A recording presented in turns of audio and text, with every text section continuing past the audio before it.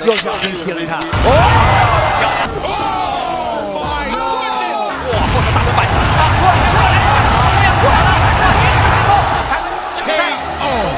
美国2米巨人拳王嘲笑中国人太瘦小，中国大力士冲上擂台，3秒连轰9拳，将其当场打断脖颈，彻底看呆武僧一龙。好，各位新的观众朋友们，您现在正在收看的是一场非常精彩的中美超级大战，没有错，中国大力士大战美国的2米巨人拳王。好，我们看这个家伙，右边的这个家伙长得的确很高啊。赛前这个家伙对着媒体镜头更是当众大放厥词，我实在是搞不清楚中国人为何都像瘦狗一样矮小。这么说吧，就算他们跳起来也只能打到我的膝盖，而我只需要一低头就可以打爆他们的狗头。面对他嚣张的态度，中国大力士李龙霸气出山。好，我们的李龙才23岁啊，小伙子非常年轻。而对方的卢卡斯啊，眼前的这个美国特种兵巨人拳王呢，他已经是33岁，身经百战，有着极强的一个实战经验啊，所以说本场比赛我们的李龙呢还是要小心。好，我们看一下比赛已经开始，我们仔细看红方选手，红色裤衩中方选手李龙，蓝方选手蓝色裤衩便是美国巨人拳王卢卡斯。我们看双方，哦呦，一上来就扭打到了一块儿，看来今天李龙的这个火药味啊还是非常浓的。好，这场比赛凑成的因素，观众朋友们也是非常的有意思啊。那原本这个卢卡斯呢，原本是来中国挑战张志磊，我们的磊哥，但是张志磊呢是筹备着和乔伊斯打2分战啊，所以说没工夫搭理他，所以说这个卢卡斯就和武僧一龙打了一场，没有想到这个卢卡斯的重拳险些把武僧一龙给打死。所以说情急之下，我们的中国大力士李龙也是霸气出战。那么这场比赛也是为了给一龙报仇，那同时也是维护住我们中国拳坛的荣誉。我看一下双方又一次打内围。那么比赛开始，李龙的这个战术还是非常的明显啊，尽可能的是打中近距离，漂亮，又来了。因为对方的臂展很长啊，所以说打远距离呢我们是要吃亏的。那么当时对方的卢卡斯是把武僧一龙的这个额头啊，打出了一个6公分的口子，没有办法，那武僧一龙只能是选择了弃赛投降。才一开始那个上勾拳的力量也是很足的。哎，李龙的出了低扫，你看他打完了拳以后，马上有一个膝撞在上面。你要他的头部的腰闪是吧？这个卢卡斯是灵活。哎，这个后手拳很危险啊！好在这个李龙是特别要做自己的头部的防守。又是一个原地飞膝。是的，原地飞膝被李龙还是看出来了。双手报价放得很稳。好，我们看比赛第一回合还有最后1分钟的时间。这个卢卡斯的确在身高和臂展上啊，这个优势还是很明显的。但是后半段我们看李龙也是放慢了进攻节奏啊，不着急。因为这个比赛的话是有3个回合的啊。那么一般来讲，拳击赛第一回合都是双方试探的一个阶段。好，漂亮，又来了，再度杀到内围。以小博大的比赛啊，尤其是这种重磅级别的，一定要小心了。因为双方选手都有可能会一拳KO 对手，这个拳击技术的体现啊。李龙的正蹬，你看这个后手打中，这应该是个后手摆或者后手。好在这个李龙抗架能挺强的，对，顶住了。对方也是还以了一个低扫，又想一个原地飞膝，李龙也是还以颜色。来一个孤掌止膝。好，第一回合比赛结束。好，没有错，观众朋友们，比赛第一回合已经结束，打得非常的精彩。那么在第一回合，我们的李龙呢也是不断的逼近对方内围，让对方的卢卡斯发挥不出自己臂展上的优势和身高上的优势。对方在不仅在中国这么狂，据说他在别的国家也很嚣张啊。只要到了哪个国家就瞧不起当地的人。但是据我所知他好像最瞧不起的就是我们中国人，因为他击败了武僧一龙，因为在这个美国流传说武僧一龙是中国最强的人因为他是少林武僧。好，那既然一龙不行，我们就看一下我们的李龙今天到底行不行。好，我们一起来看一下双方比赛第2回合的精彩表现，精彩的对局。因为对卢卡斯来说，因为被2次读秒，他要挽回来呀，必须得要在第3回 KO 李龙啊。对，卢卡斯现在感觉体能还是游刃有余啊。哎，迎击，上勾拳打进来了，李龙现在把这个逼到。因为在这个西撞的这个技术环节当中，这个卢卡斯有优势。李龙的话，他不用其实出不用西的话，不用跟对方拼西法，对他的西法没有意义。动手直拳，对方西法明显要强过李龙，但是李龙的拳法也比对方更好一些，他的杀伤力更强。杀伤力强。是的，对方这个前手拳还是值得关注一下的。抗击挡能力还是不错的。对，李龙熬过这一回合，他还是有很大的赢面啊，只能这么说。因为第2回合他消耗了太多的体能了。现在李龙要把手拿起来，放好头。对，他报价放低，就证明他体能出现很大的问题。又来一下飞膝。他这方面他一飞膝，你只要一防，这个反击就有机会。所以这种大级别比赛可能就是一拳，整场被动，我就一拳就能解决问题啊，只要打到了。你像他这个飞机，你一看到他一起，我一摁下去，接着一个后拳就打出来了。李龙在第3回合出拳的频次更低了。好，我们看一下比赛第2回合，双方已经过去了半回合的时间啊。那么李龙今天的状态的确不错，虽然说小伙子实战经验并不是很丰富啊，但是这个打起拳来，他的气势啊，绝对是不输对方的啊。好，我们看这个时候，李龙还是在寻求一些个能够 KO 对方的机会。好，连续扫踢，扫踢是很难防的，但是李龙的这个扫踢呢，看起来并不是很厉害，他还是拳法比较重的选手。好，李龙连续推进，把对方逼到龙边。好，小心对方飞机，哦呦，抓的就是你这个机会。我们看，卢卡斯已经是摇摇晃晃，李龙刚刚这一拳是打飞了对方，裁判也是毫不吝啬的送给了对方一次读秒。那么刚刚这一拳也是打出了水雾，我们看，汗水横飞，所以做了一个非常漂亮的。对，这样给李龙就机会了，给机会了啊！但是不要急，不要急。对，对方的前手刺拳的穿透性还是在的。哇，后手大轮摆，过来了，连续进攻，裁判终止比赛了。哇吼！观众朋友们，一波连续的重击，裁判终止了对局。没有错，2次读秒让对方彻底是失去了反抗的意识。好，我们来看一下这个精彩的 KO 回放，我们的李龙，哇哦，连续的重击打的这个特种兵拳王啊，脑袋像一个拨浪鼓一样啊，看得非常的解气。好，让我们再次恭喜，那同时也非常感谢屏幕前您的收看与支持。好了，咱们下期视频不见不散。这是什么情况？张志磊竟然被击倒了，还险些被现场裁判当场判负。这在张志磊的职业生涯当中绝对是屈指可数的存在。在赛后接受采访时，张志磊更是直言表态，这是他有史以来遇到过最强大、最危险的对手。好，各位观众朋友们，欢迎收看本场比赛这一场非常精彩的中美大战。好，我们来看一下眼前这名选手，便是今天的美方代表。我们看这个家伙，黑得发亮啊，这个脑门啊都黑得发亮了，像个灯泡一样。不过此人的来头呢，的确是不简单。据说呢，他是拳王泰森的亲传大弟子啊，得意门生胡安·古德。好，那最近这个胡安·古德呢，的确是风头正旺啊，有着一个6连胜的战绩。那为了这个冲击7连胜，这个家伙表示说呀，我得挑个软柿子捏。包括他的团队啊，也告诉他，你也挑个软的啊，挑一个最好打的，100%能赢的。好，那观众朋友们，您猜他挑了谁？没有错，他挑了我们眼前的中国巨人张志磊。好，中国巨兽张志磊，1983年出生于我们中国河南省的周口市，而且在2008年时，张志磊呢还拿到过一块奥林匹克，也就是奥运会的银牌。当时因为一些小插曲导致呢这个错失金牌。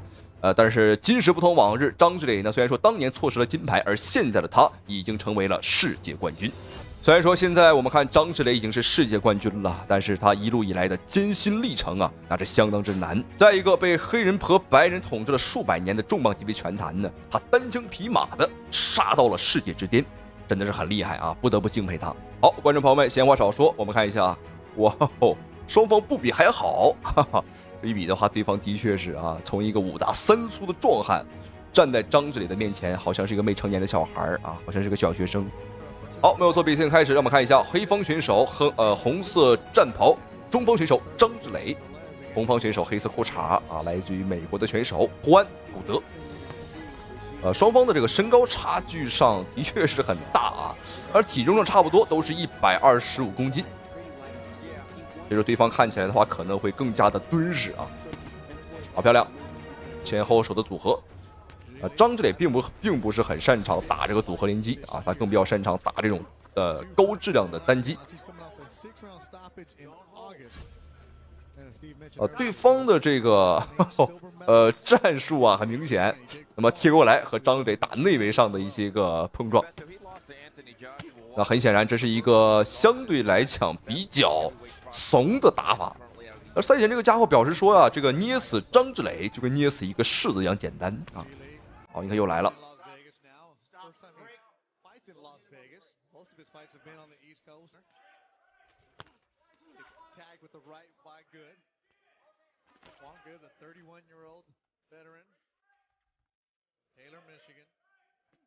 张志磊的这个步伐还是非常的细腻啊。实际上现在的重磅级别选手呢，不像当年了啊，很多是非常笨的。现在的重磅级别选手啊，都是有着非常好的步伐。可能是没有当年打的那么凶狠，但是技术层面上来讲呢是有所提升了。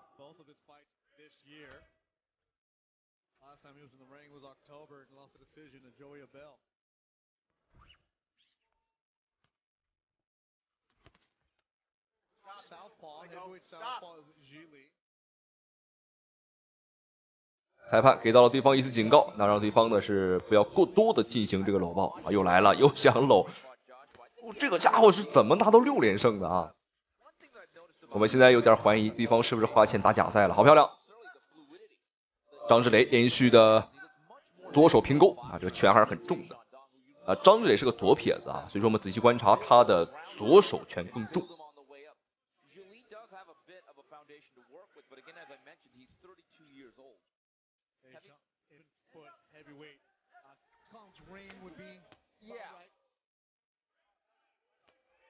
好，最后30秒钟的时间，难得能看到张志磊打得这么灵活啊。我们看他的出拳频率以及他的摇闪的频率都很高。因为这场比赛张志磊不需要担心体能上的问题，因为他不再是什么8回合或者说12回合，而是一场4回合的对局。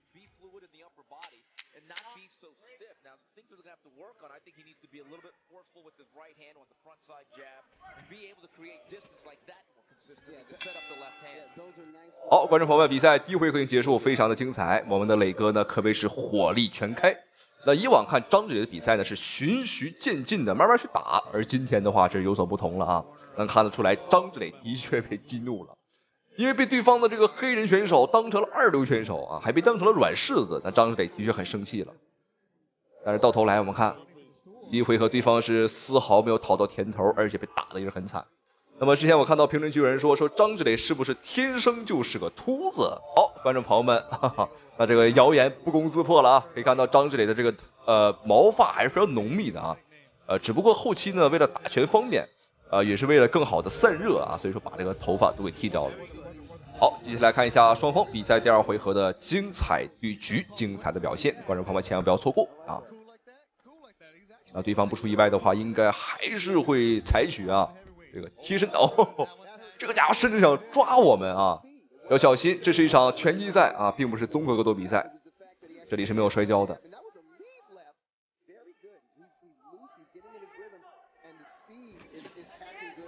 好漂亮，前手的点刺，连续直拳哦，打得很准，连续的锤击。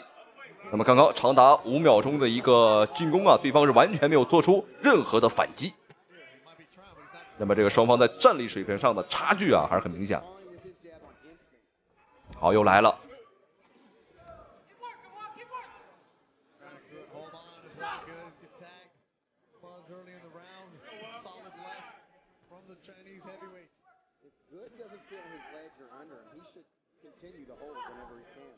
好漂亮，张志磊的前后手组合，这个拳打起来是很快啊，而且我们仔细听能听到现场张志磊这个拳击的声音呢，也是非常的清脆。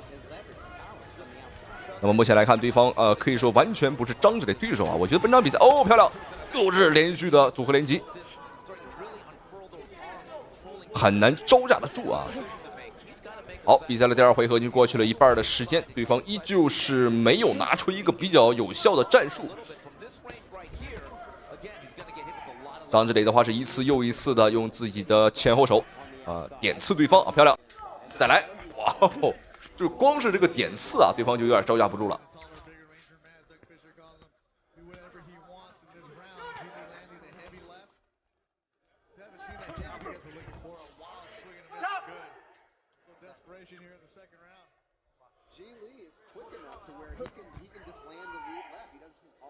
虽然说这里的拳呢的确是非常的重，但是对方的这个抗击打能力啊也的确是非常强。我们看，已经吃了很多拳了，但是打不倒，而且目前为止的话，并没有任何一次成功的这个读秒啊，或者说击倒。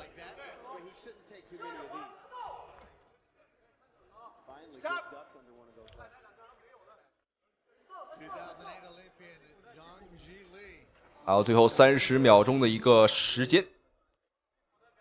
现场的裁判多次的阻拦，也没有给到对方太多的一个好的休息的机会。哇哦，这个声音啊，听起来非常的悦耳啊，很清脆。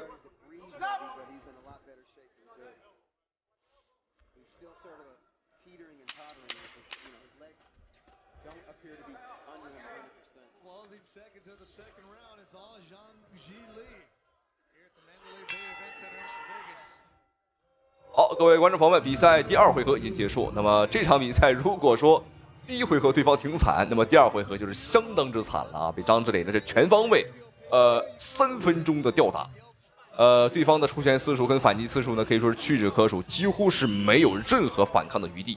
那并不是他不想，而是说面对张志磊这个强大的压迫力以及超长的臂展，他是没有反击的空间的。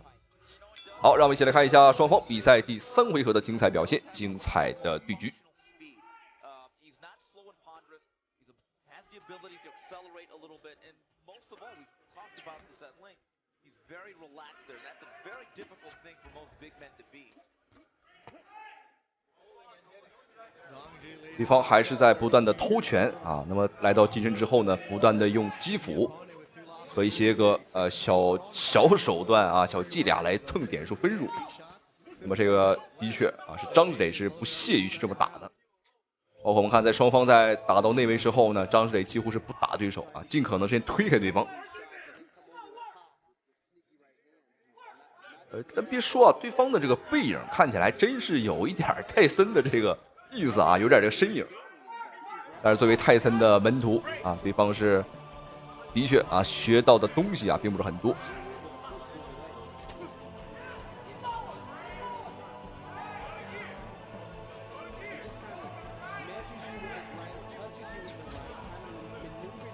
这一回合张志磊的话，进攻节奏上是放慢了一些，尽可能是抓一些个好的时机。因为在前2回合呢，的确是打的相对来说啊，太凶了。而且我们看张志磊这个时候的大喘气的状态已经出现了啊。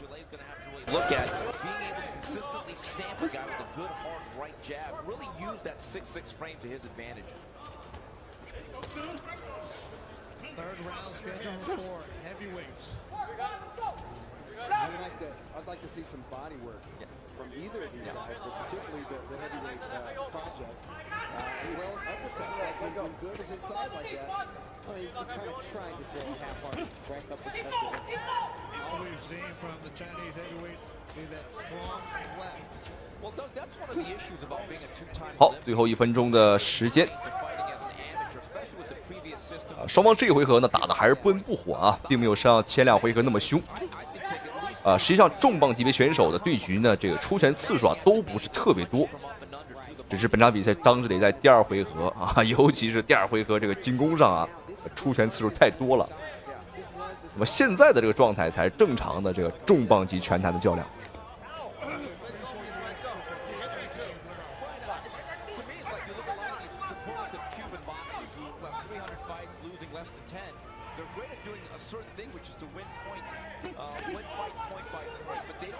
那么，即便本场比赛裁判对对方的这个黑人选手进行了多次警告，但是对方仍然是不为所动啊。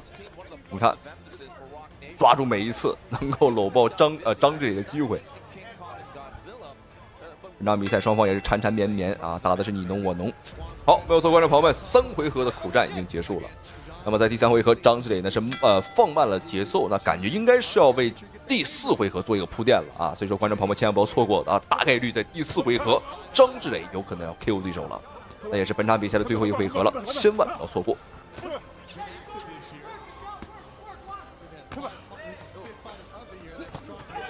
哦呦，什么情况？张志磊。那么比赛开始第4回合，张志磊竟然被对手打倒了一次，要小心。这是重磅级别的较量，所以说双方呢都是有重拳。让张志磊看起来的话问题不大，要稳住。本场比赛还有最后的2分钟的时间就要结束了，而对方的黑人选手通过击倒张志磊之后呢，对方发现了有机会有希望。所以说我们看现在这个家伙也开始了主动的进攻。那这个阶段的话，双方的体能呢都是下滑的很明显了。而且通过一次击倒，张志磊这边也是有所防备啊，所以说对方想再次击倒张志磊几乎是不可能了。而且张志磊也很聪明，也是主动像对方一样加强了这个搂抱。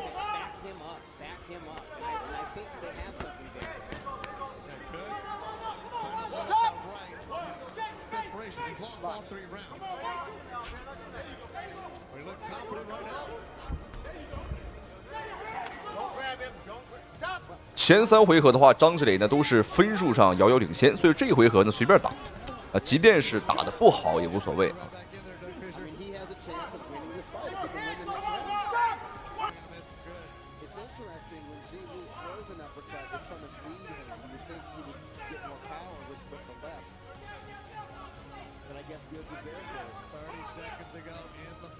好，最后30秒钟的时间，双方对方已经是累得不行了。那么双方在最后一回合，你看这个搂抱的时间非常之多，好漂亮！张志磊左手的重击，好漂亮！再一次。实际上这一回合双方如果说没有那一次击倒的话，张志磊的分数还是要更高因为对方虽然说出拳了，但是打得非常的烂好，观众朋友们，本场比赛终于结束真的是有惊无险。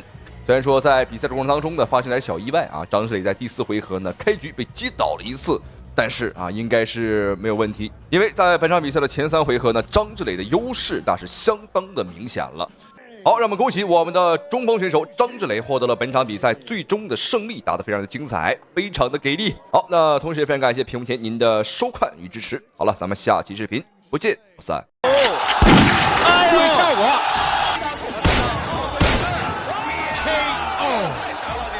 注意看，比死神方便还猛的中国散打王横空出世，3拳2腿 KO 2位世界搏击冠军，彻底看呆武僧一龙。好，各位观众朋友们，眼前正在出场的这一名选手呢，就是号称比死神方便还要猛的中国山东散打名将曹鲁健。10场战绩50胜6负，其中包括26次 KO， 并且曾经连续获得过8届山东省的散打锦标赛冠军。那么他的这个战绩的确是非常辉煌了可以说任何老外和他交手的下场只有死路一条。好，这场比赛让我们一起来看一下曹鲁健今天的对手，来中国踢馆的便是英国的自由搏击冠军3冠王奥格勒斯。好，没有错，他也是不远万里从英国呢跑到中国前来踢馆。那么在英国他已经是难寻敌手了，所以说也希望遇到过更强大的敌人。哇，我们看这个家伙比赛没开始的很兴奋先给自己来上2拳。那这个行为的话很少见了观众朋友们不知道的还以为这个小子狂犬病发作了。来自中国的曹鲁健，南方选手是英国的奥格勒斯。比赛现在开始。好，我们仔细看，比赛已经开始。红方选手白色战袍中国小将曹鲁健，蓝方选手黑色裤衩他就是英国3冠王奥格勒斯。好，双方一上来的话也是进行腿法上的一个交流。两个人这个腿法都不错啊，都很厉害。那么赛前这个奥格勒斯也说了，今天就是想来会一会中国散打王的腿法怎么样。打方便没机会了，因为方便已经退役了，那就试一试这个曹鲁健怎么样。看来他对自己的实力还是非常的自信。这个英国人啊都挺狂的，其实。我3年前见过他的比赛，当时他没有这么个身高，那时候身高也只有1.85米左右的，力量没有这么大。那时候打75，现在改成打80。他的拳腿组合很有这个力量。在之前的疯马奥格勒斯的比赛当中呢，疯马的身，这个击服有效果了，再来。本场比赛还开局不到1分钟啊，我们看这个奥格勒斯已经是半跪到了地上，没有错，这拳应该是有爆杆。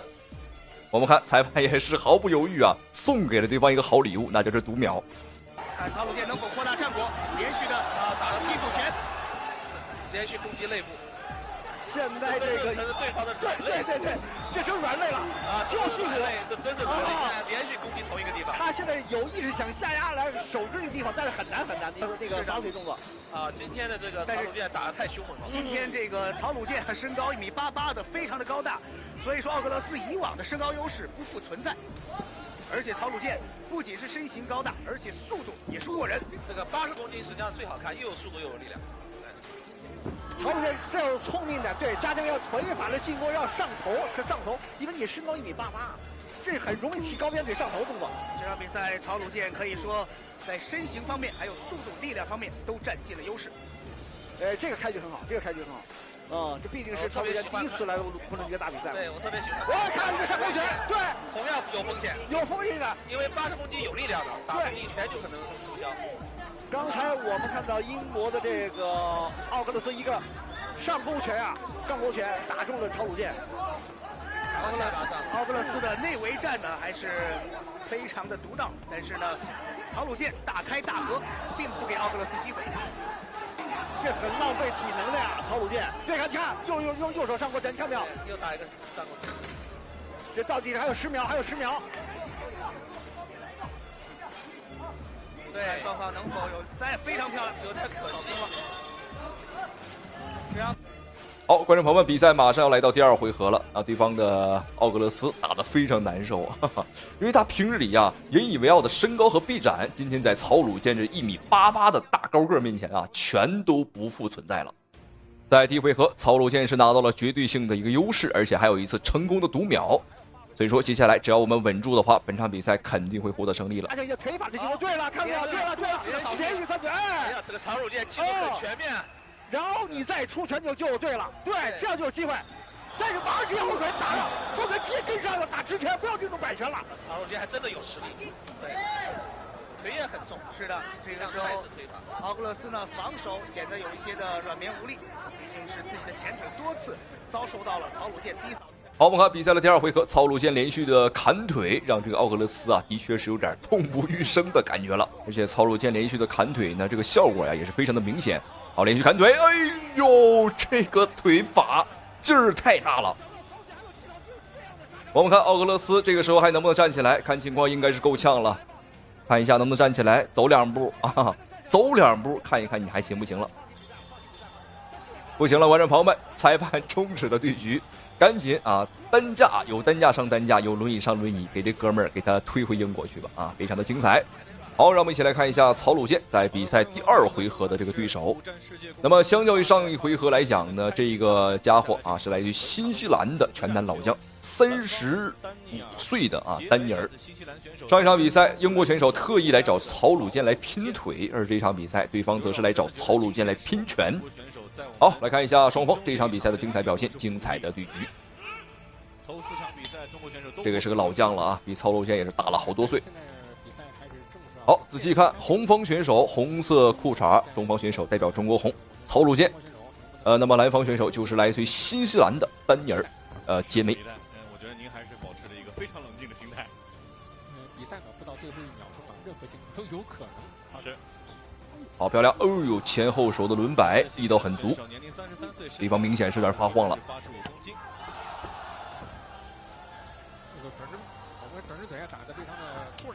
曹鲁健的身高啊，的确是很恐怖啊，1.88米的一个身高，无论是打哪个老外啊，都是很有优势。我们看对方的新西兰选手丹尼尔在他的面前依然是少了半头。说不好听点是爸爸打儿子啊，说好听点是大人打小孩。虽然对方啊，我看到实在是给了强大的压力，可是我们这中国选手年轻小将，他在比赛中确实打的还是步步为营啊，稳扎稳打。没有错。本次5战世界功夫争霸赛也是级别非常高的一个比赛，所有的选手世界排名包括交叉拳法，对我们在国家队的选手成绩都是非常优秀。我觉得王者之战这一场上来，双方选手都没有太多的去试探对手。一个是呢直奔主题，再一个呢他们还是就是注重实效的打法，就是避实就虚，避动就轻。正所谓是伤其十指不如断其一指，他们注重的是个有效的击打，有效率更高，就志在必得。没错，我觉得双方呢内部定的这个目标就是 KO 拿下 KO 对手。打挺。看看双方这场的表现，曹鲁健在我们的5战第1场也曾经参加，获得了胜利。好，距离比赛第1回合结束还有1分钟的时间，我们看曹鲁健连续的进攻啊，把对方逼在角落。这个时候，这个丹尼尔没有办法，只能通过搂抱来限制一下曹鲁健的进攻。可以说本场比赛我在对方的身上是丝毫没有看到任何一丝的挑战者的这个气势，观众朋友们，我感觉打得非常的油滑啊，感觉他好像是擂台狩猎者啊，并不是来踢馆的。好，你看又一次的搂抱，这种无用的带摔没有任何意义，因为在我们规则范围之内，这并不加分。就是提前的这个预备是比较明显。我们经常讲的这拳击中有个术语叫打电话，就是你拉开架子就给你一个对方给一个提示，就是我要做动作，我要打你了，所以我们叫打电话嘛，一个是动作很形象，再一个呢，这个寓意也非常清晰，就是通知你。已经两个有意莫待行，待行必不赢。好，观众朋友们，比赛来到第2回合，让我们一起来看一下双方这一回合的精彩表现，精彩的对局。要小心！我们看曹鲁健在倒地的瞬间啊，对方也是站在我们的面前，这盯着我们啊，这是一种好，你看他还想把曹鲁健甩飞在地上，但是很明显啊，对方是有点搬不太动了。真是斗智斗勇，这个迎击打非常好，好的，有机会，注意效果。刚刚曹鲁健的这一拳，我只能用漂亮2个字来形容啊，也可以说是完美。好，那么接下来还有2分钟的时间，对于这个丹尼尔来讲呢，是非常非常煎熬的一个阶段了啊。那么他想要耗费时间也很难。好，你看。通过这种卑鄙的手段啊，想要耗一下时间。这个丹尼尔表示说我不疼啊，说我自己没事儿。那观众朋友们啊，这疼不疼啊？打在谁身上谁知道？哈哈，你不说，难道就代表你不疼了吗？因为刚才这个有效击打呀，它是连续重击，所以呢，本场的这种压力也是可想而知的。我觉得曹鲁健是有这个能力的，我们看得到的第2局。也是非常的主动，所以现在呢，他要掌握好自己的这个技术战术的节奏变化。对方现在非常聪明，马上跟你缠斗。这个时候如果聪明一点的话呢，打游斗、打游击战，拉开，对，拉开距离，拉开这个角度。就像您说的，还是不能轻视对手。在这个技战术方面呢，要恰当的根据自己的特点来掌握战术变化。好，那么现场的观众。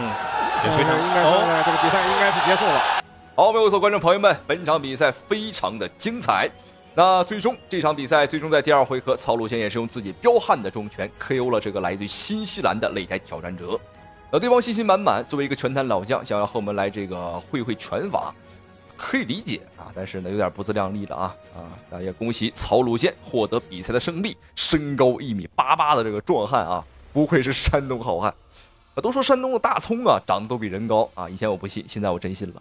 好，再次恭喜曹鲁健。那同时也非常感谢屏幕前您的收看与支持。咱们下期视频不见不散。我一直对少林功夫给我来劲！泰国百胜拳王提800万来少林寺踢馆，扬言少林寺若是能守住，全部捐给老方丈，绝不反悔。他是真正的少林弟子，自幼学习少林功夫，实力超群，号称少林醉罗汉，曾苦练10年醉拳，打遍天下无敌手，和武僧一龙、一尘、一豹并称4大金刚。这一次听说有泰国拳王来少林寺踢馆，他首当其冲，霸气迎战。好，各位亲爱的观众朋友们，欢迎收看本场比赛这一场非常精彩的中泰大战。我们嵩山少林寺真正的武僧一虎霸气出山，迎战泰国的百胜拳王提球。好，这个名字叫提球啊，我看干脆叫踢球算了。好，比赛将开始，这很明显了红方选手光头的便是武僧一虎，他是我们少林寺真正的武僧人送外号醉罗汉。据说他曾经苦练了长达10年的醉拳，打遍天下无敌手。本场比赛他是作为狩猎者迎战泰国的百胜拳王提球。好，观众朋友们，这次听说有泰国拳王来踢馆，据说武僧一龙据说已经吓尿了，根本不敢出战，连现场的比赛都没敢来看。观众朋友们，真把武僧一龙吓成了一虫。好，比赛开始了，看一下双方的身高上来讲的话，我们的一虎还是有优势这场比赛要小心，对方的话是一个百胜泰拳王，而且他的抗击打能力堪称变态，据说比这个波球比这个罗唐还要厉害。好漂亮，哦呦，这么重一拳打完之后对方是丝毫没有晃动。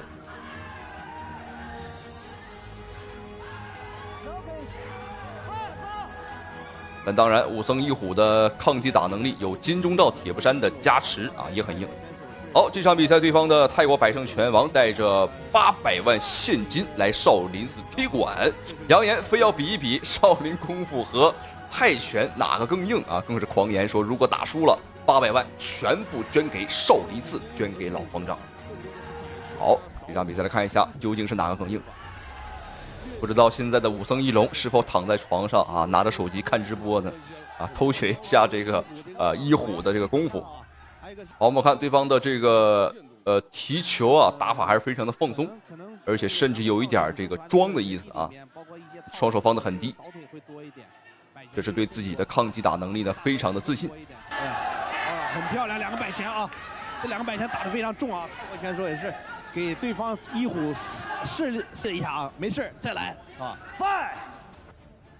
对方的这个提球呢还是非常老一辈泰拳选手的这个风格，以抗击打能力著称。实际上他的拳法并不是很好就是扛揍。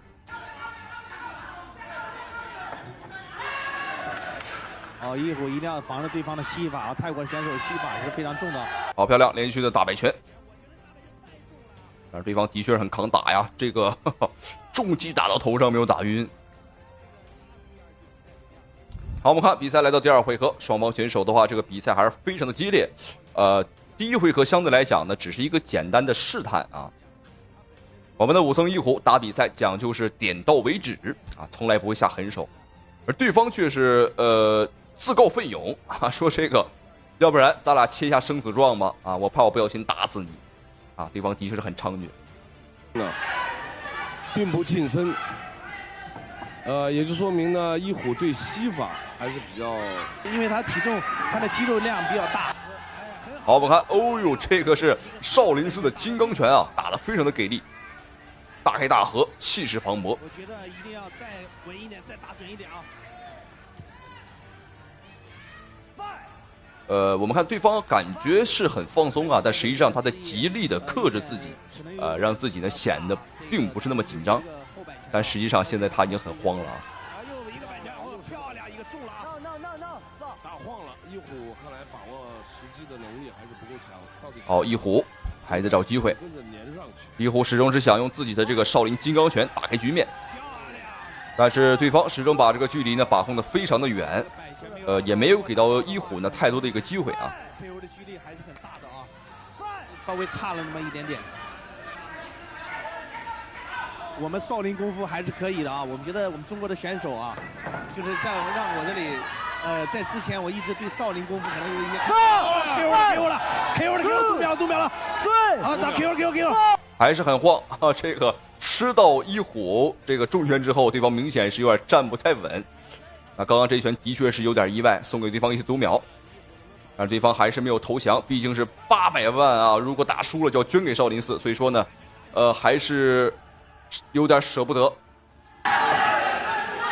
哇，200拳，4个，又送5个，啊，漂亮6个，又一次，好，又一次。完事朋友们看，对方已经站不太稳了，但是距离比赛结束还有20秒钟的一个时间。但是我们看对方是否还要继续？哎，他点头了，表示还能打。哦呦，这个的确是很硬啊。好，看一下最后的10秒钟，武僧一虎能否抓住这个时机？继续连续的摆拳。哦呦，这一下应该是不行了，对方整个人躺在了地上。就算他能够站起来，但是3次击倒，那算是为一场 KO。好，让我们恭喜武僧一虎霸气卫冕。好，但是观众朋友们，接下来的这场对局呢更为精彩，也是武僧一虎的一场经典大战。同时，他这一次也是代表少林寺。我们看他穿的衣服啊，包括他穿的这个裤子，都是我们传统武术啊少林的一些装扮。好，比赛开始了，看一下红方选手就是武僧一虎，蓝方选手是来中国踢馆的，叫奥斯卡。观众朋友们，对方的名字叫做奥斯卡呀。好，我们看对方连续的摆拳。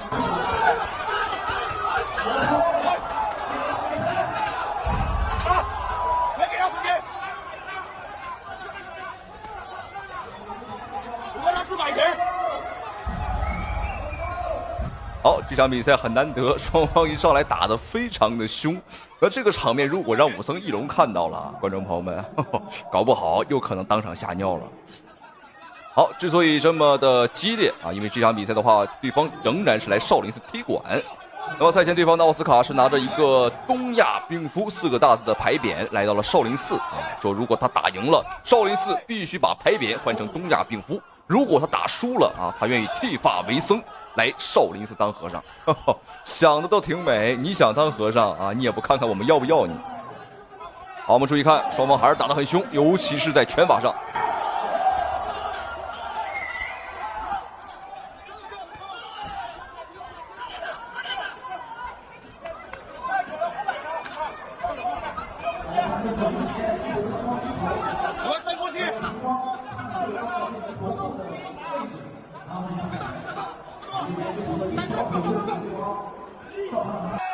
双方在拳法上这种激烈的互拼呢，实际上对于体能上也是一个非常大的考验，就看谁的体能啊先用完。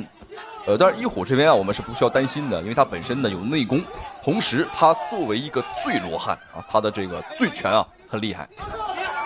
不好，漂亮！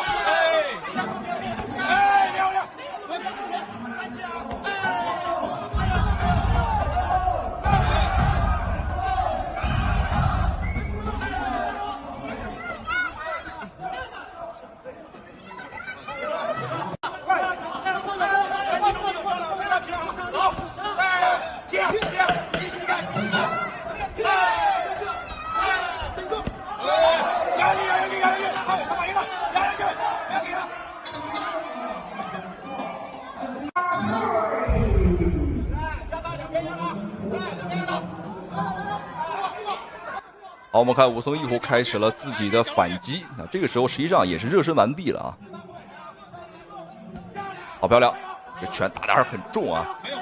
上一场比赛我们就可以看出啊，打泰国选手我们都能 KO 他，那么打这个手瘦马杆儿，打这么一个奥斯卡影帝啊，我们应该是没问题。好漂亮，砍腿有效果了，对方明显是有点晃，没有错，继续砍，这个时候就要打蛇打7寸。不要左脚。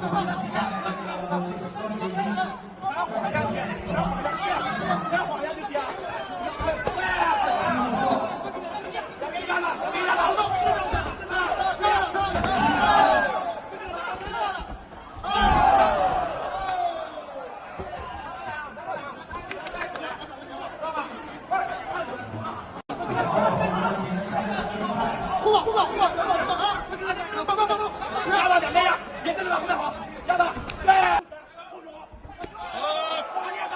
哦呦，什么情况？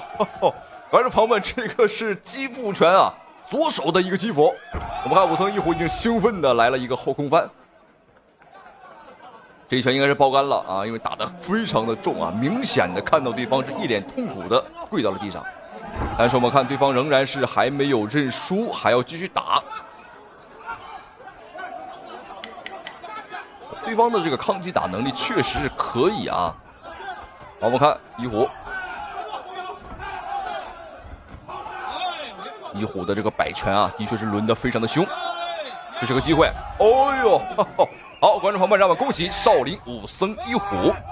您觉得武僧一虎和一龙谁更强呢？请打在评论区。给我狠狠的揍他，狗娘养的！比赛结束。注意看，中国擂台发生了一起惨绝人寰的命案。日本拳王扬言要打死中国选手，不料反被新疆小伙一拳打到重度昏迷。赛后抢救人员表示，根本救不活，就算救活了，也顶多算是个植物人。好，各位亲爱的观众朋友们，欢迎收看本场比赛这一场非常精彩的中日大战。这场比赛的举办地点呢，正在我们中国啊，而且这个赛事方的举办目的呢，好像说是什么纪念中日友好50周年，哈哈。但是实际上准备参赛的中方选手呢，早已经是摩拳擦掌，等待日本选手来送死啊！甚至啊，我们赛事方有的这个把急救车呀、担架以及棺材啊，都准备的一应俱全，非常的全面。好，我们来看一下，首先登场的选手，他的名字叫做金子健啊，来自于韩国的一个选手。他每天4点钟起床，起得比鸡早，睡得比狗晚，就是为了高强度锻炼啊。有人问他为什么要这么做啊？他表示说自己最大的梦想就是亲自来到中国，打死一个中国人。好，没有错，他真的是很猖獗，但是总感觉他的名字不像一个日本人啊，感觉好像个韩国人。好，接下来有请我们的中方选手，他穿了一个非常神秘的战袍啊，代表我们中国红，他就是来自于中国新疆的选手乌兰托勒哈兹。好，观众朋友们，据说这一次举办的赛事方啊，我们中方的代表人物已经是暗地里开会了啊，和这些个中国选手开会说呢，谁要是能够把日本选手打废啊、打残，或者说打去西天啊，奖金300万，没有错啊，打得越狠，奖金越多。好，我们一起来看一下双方的数据面板，双方在身高和臂展上几乎是差不多，年龄上是差了6岁，战绩上也差不多啊，对方的话是略好一点，但没有关系啊，中国选手一旦碰到了日本人，那这个状态和这个感觉啊和实力啊都会大幅的增长，具体为啥我也不清楚。那也许抗日这个设置啊，是我每一个中国人的出场设置。好，比赛开始了，来看一下，我们仔细看。穿着白色战袍、黄色拳套的选手呢，便是中方选手乌兰。那么蓝色拳套的小杂毛啊，黄色裤衩，他就是金子健。这个名字听起来越听越不顺耳啊。金子还能健，哈哈，不太好听啊，不太吉利。哎呦，这个乌兰的拳很快啊，感觉对方的日本选手都没有反应过来。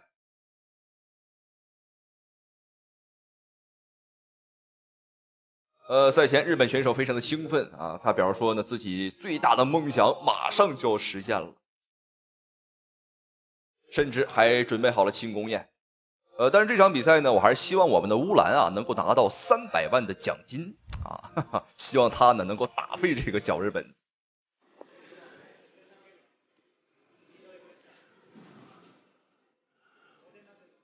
乌兰摇晃出击。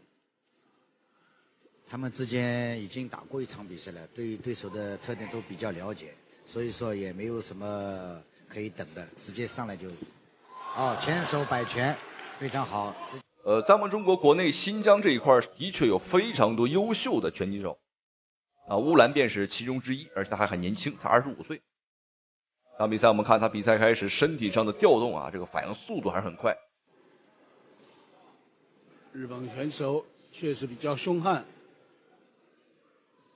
好漂亮！你看对方啊，呵呵，这个小胳膊小腿儿抓不住我们，他的胳膊太短了。数据上跟两人看只差了1公分，但是比赛开始之后啊，真正打起来的时候，感觉对方哪儿都短啊，反正能看得见的都很短啊，看不见的估计也不长啊。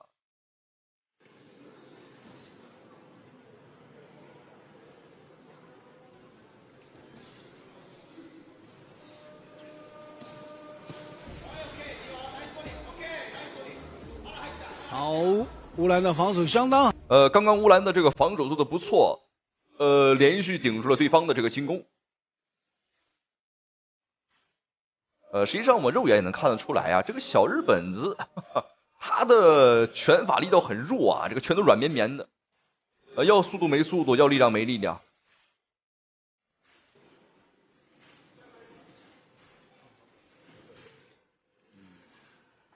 拳迷朋友们可关注微信搜索并关注盖世拳王，收看更多精彩拳赛直播。还有比赛还有最后10秒，第1回合马上结束。好，没有错，观众朋友们，比赛第1回合已经结束，非常的精彩啊！两个人也是进行了一个简单的试探啊，还是比较的好看。中日大战那肯定是不能错过了。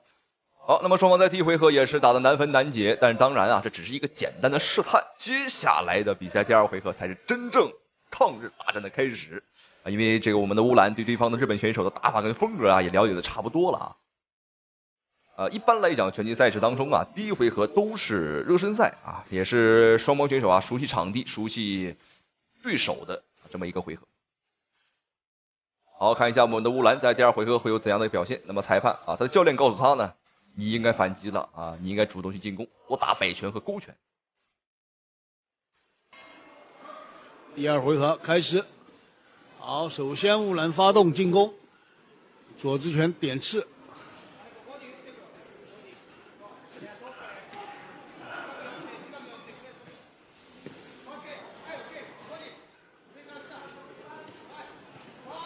好的，日本拳手也展开了进攻，两个都在中近距离。好，好，乌兰的这个一组打得非常出色。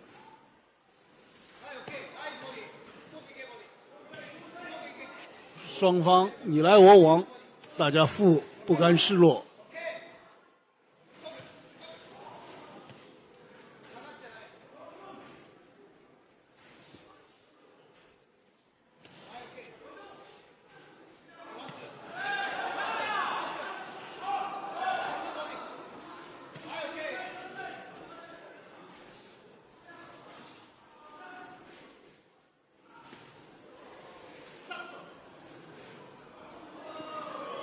哎，这下日本拳手打了后脑，这是规则不允许的。好，这个比较清晰有效的直拳。好，比赛的第2回合已经过去了一半的时间。那这一回合的话，我们看小日本子他的进攻上啊，这个金子健打得非常的凶啊，但是乌兰的防守啊，还是我们说的做得很不错啊。哎，打晃了。有效果，连续的重击勾拳，哎呦，前手后手的平勾，结束了。我们看日本选手金子健这个时候躺到了地上不动弹了，一动不动，赶紧去宠物医院请医生来啊！这个动物的生命也是条命啊，该救得救。而且这是我们中国擂台，我们毕竟啊还是不想要发生这种命案。好，非常精彩，我的天哪，打得太快了。看来今天乌兰这300万的奖金啊，应该是要拿到手了。可以看到都很兴奋，但是乌兰的话面无表情，甚至不想这样去看一眼。那么赛前日本选手说自己最大的梦想呢，就是要打废一个中国选手啊。但是今天他和乌兰的这场对局，我觉得有可能会成为他人生当中啊最后一场比赛了啊，真不好说。因为你刚才真的是一动不动了。好，这是什么东西？这不是担架，好像是裹尸袋啊，包尸布。好，再次恭喜乌兰，那同时也非常感谢屏幕前您的收看与支持啊。好了，咱们下期视频，观众朋友们不见不散。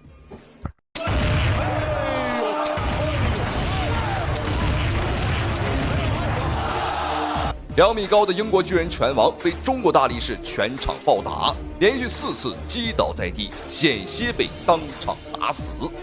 这个黑人选手非常的嚣张，在赛前的发布会现场，竟然对着媒体镜头比划出抹杀的动作。头脑简单、四肢发达的他，更是凭借着强壮的肌肉和极具破坏性的低扫，横扫了整个欧洲拳坛，所以根本就看不起中国人。赛前更是对着媒体镜头嚣张狂言。中国人在我的眼里就是一帮矮小的侏儒，这么说吧，我一根小拇指都能秒杀中国人。嚣张的态度彻底点燃了中方选手的怒火，来自于中国的天山巨炮阿斯哈提首当其冲，向他发起了挑战。他是中国重磅级拳坛的大哥，连张志磊都对他的重拳赞不绝口。18战绩28场比赛当中，有20场是 KO 对手，是当之无愧的 KO 男神。曾经在擂台上把韩国选手的脑袋打出鹅蛋大的血包，干趴在地，还把日本光头加诺南重拳打断手臂，看呆全场老外。好，各位观众朋友们，欢迎收看本场比赛这一场非常精彩的中英大战。好，我们看首先登场的这个大老黑没有错啊，来自于英国的巨人拳王丹尼尔·萨姆，身高2.23米啊，这个身高的确是非常的恐怖了啊。好，那么接下来有请我们的中方选手，人送外号天山巨炮的阿斯哈提。好，那人送外号天山巨炮，为什么啊？因为他来自于新疆，而且他的重拳啊 KO 率相当之高了，在过往的比赛当中啊，有着80%以上的一个 KO 率。曾经更是一拳把日本选手加诺南的这个手臂啊一拳打断。可以说那场比赛把全场的老外都给看呆了啊！因为阿斯哈提，没有人想到他的拳会这么重啊，把一个拳男小钢炮打断了手臂。好，本场比赛马上开始了，对方的英国拳王在身高上的确是有优势啊，这个家伙长得很高。赛前对方的这个人高马大的英国选手呢也非常的猖獗啊，他表示说呢，这个自己是参天大树，我们中方选手在他的面前都是小侏儒。他跪下来都能吊打中国选手，哇！观众朋友们，他说他跪下来都能打我们啊！好，比赛开始了，对方的确长得非常的粗犷。好，我们仔细看一下，红方选手阿斯哈提，蓝方选手这个大老黑就是丹尼尔·萨姆。好，对方还好是萨姆啊，并不是什么萨达姆。那当然，他们都是挺恐怖的啊，都是恐怖分子。是的，而且肌肉类型看起来非常不错啊。哦，漂亮，很快前手刺拳。对，阿斯哈提这个拳击功底啊，从这一拳当中啊，你看，变化哟，哎呦，高扫对手的这个整个的身体条件、身形决定了控制范围。你看，对，腿啊，控制距离啊，对，控制距离非常大。近些年这个这种超重量级的选手的这个他们的技术动作啊频率啊，就是我感觉是越来越协调越快。是的。这就是一些大级别运动员随着竞技技术的发展啊，对自己身体的调节以及某些训练的加强。是的。过去呢，我们看到大级别运动员更多只是力量，而现在一看，像王老师所讲，其实不仅是力量本身了，技术呀以及协调性都有。对，他们的训练体系更完善一些。对。我们看这个萨姆这个腿法的控制还是不错啊。是的，一直没有和阿斯哈提打中近距离，还是拿这个腿法在控制。你看，低扫。好，比赛过去了一半的时间。对方的这个萨姆啊，他的腿法很厉害，而且在过往的比赛当中，他凭借着腿法呢是 KO 了非常多的选手，而且是横扫了欧洲拳坛啊。所以说本场比赛阿斯哈提千万要小心。要注意啊，因为是8人赛啊。如果晋级的话，还要再打下一轮。对，你的支撑腿要注意。哎呦，这个是一个读秒啊，不是读秒，是失去重心。阿斯哈提发力了。突然之间，阿斯哈提就开始发力啊。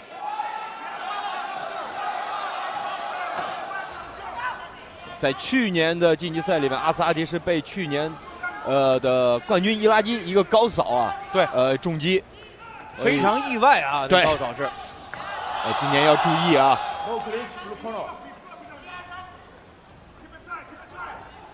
这丹尼尔·萨姆啊，还是要把距离控制住啊，你要轻易让阿斯哈提进去，他这个拳法的优势就发挥出来了。现在看这个萨姆打这拳啊，相对来说还是中远的拳，一进去之后，你看进去之后他没有换拳的能力。这个丹尼尔·萨姆这个面部对拳的反应稍微有点过激啊。对，你看啊，对，爆头，没有换拳能力，你看，对，腿法控制不错，但一到中近的时候过于紧张了。好，各位亲爱的观众朋友们，比赛第一回合已经结束，非常的精彩，不愧是天山巨炮。那么阿斯哈提在第一回合用自己的重拳呢，把这个萨姆啊打的确实是很惨，对方也是被一拳打飞。但是很可惜啊，没有 KO 啊，也说明对方的这个抗击打能力啊，的确也很强了。好，那么接下来看一下双方比赛第2回合的精彩对局。那么阿斯哈提呢，实际上是一个慢节奏型的选手啊，他的出拳次数并不是很多，但是每一拳呢都很重啊，都是重达千斤。我相信拳王泰森啊都不敢说他的拳比阿斯哈提重。好，来看一下双方比赛第2回合的精彩对局、精彩表现啊！观众朋友们，如果你也支持中方选手，你也支持阿斯哈提啊，请您千万不要错过。好，看一下第2回合双方的表现。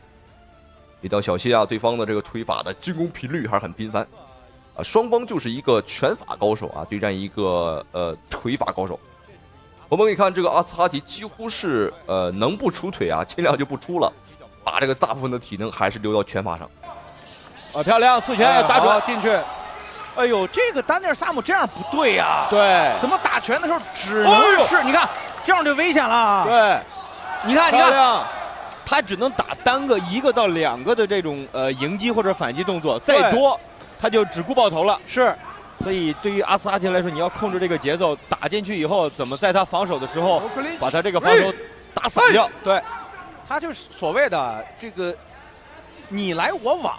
你看他没有这个你来拳法上没有你来我往的能力，他只有在第一下，不管是腿也好，还是1个拳到2个拳也好，只有那一下。对。打准，阿斯哈提，哎呦，这拳打透了。哎呦，观众朋友们，什么情况？我们看这个萨姆整个人已经有点蒙圈了，因为这个没有想到又被打倒一次。